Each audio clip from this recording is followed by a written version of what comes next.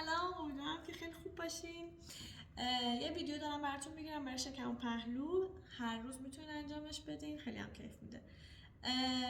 این ویدیو که دارم میگیرم و سعی کنین تمام حرکت ها رو با من بیاین، استراحت وسطش اصلا نرین و بعد که ویدیو تموم شد 3 تا ست، یعنی 2 تا 2 بار دیگه خودتون تکرارش کنین. خوش بگذره بهتون. فعلا اول از نواسانا شروع میکنیم.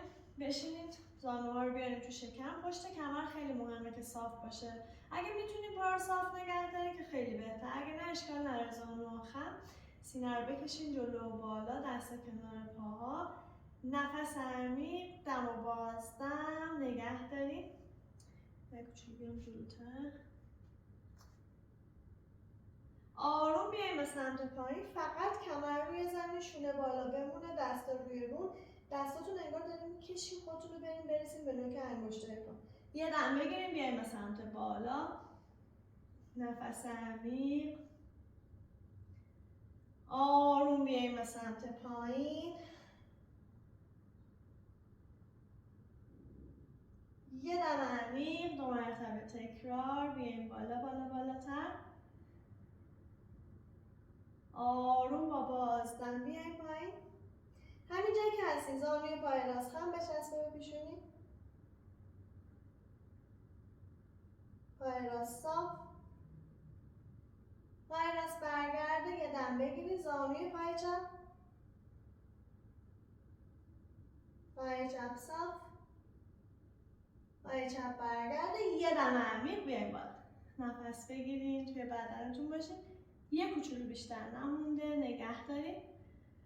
آروم بیاید پایین، پا صاف، پا بره بالا. پایین 1 2 3 4 5 6 7 8 9 10 1 2 3 4 5 6 7 9 20 1 2 3 4 5 6 7 8 9 وسیع.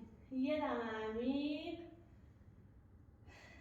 بازدم شکم رو خالی کنیم. دم، شکم پر از هوا. بازدم خالی. یه بار دیگه دم و بازدم. خب روی ساعدتون بیاین تو پلنک. سعی کنید کاملا صاف نگه دارید خودتون رو. میخوایم بازم بره به سمت راست برسه به زمین، بره به سمت چپ برسه به زمین. بریم با هم 1 2 3 4 5 6 7 8 9 10 1 2 3 4 5 6 7 8 9 20 1 2 3 4 5 6 7 8 9 وسیع. خیلی آروم یه ذره استراحت بدیم به خودتون. دم عمیق.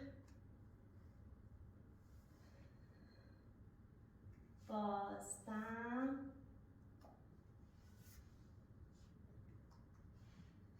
دم و بازدم. بریم آخرین تمرین. از پشت بخوابیم. دستاتون رو فولد کنیم پشت گردنتون برای اینکه گردن رو ساپورت کنیم، فشار به گردنتون نره.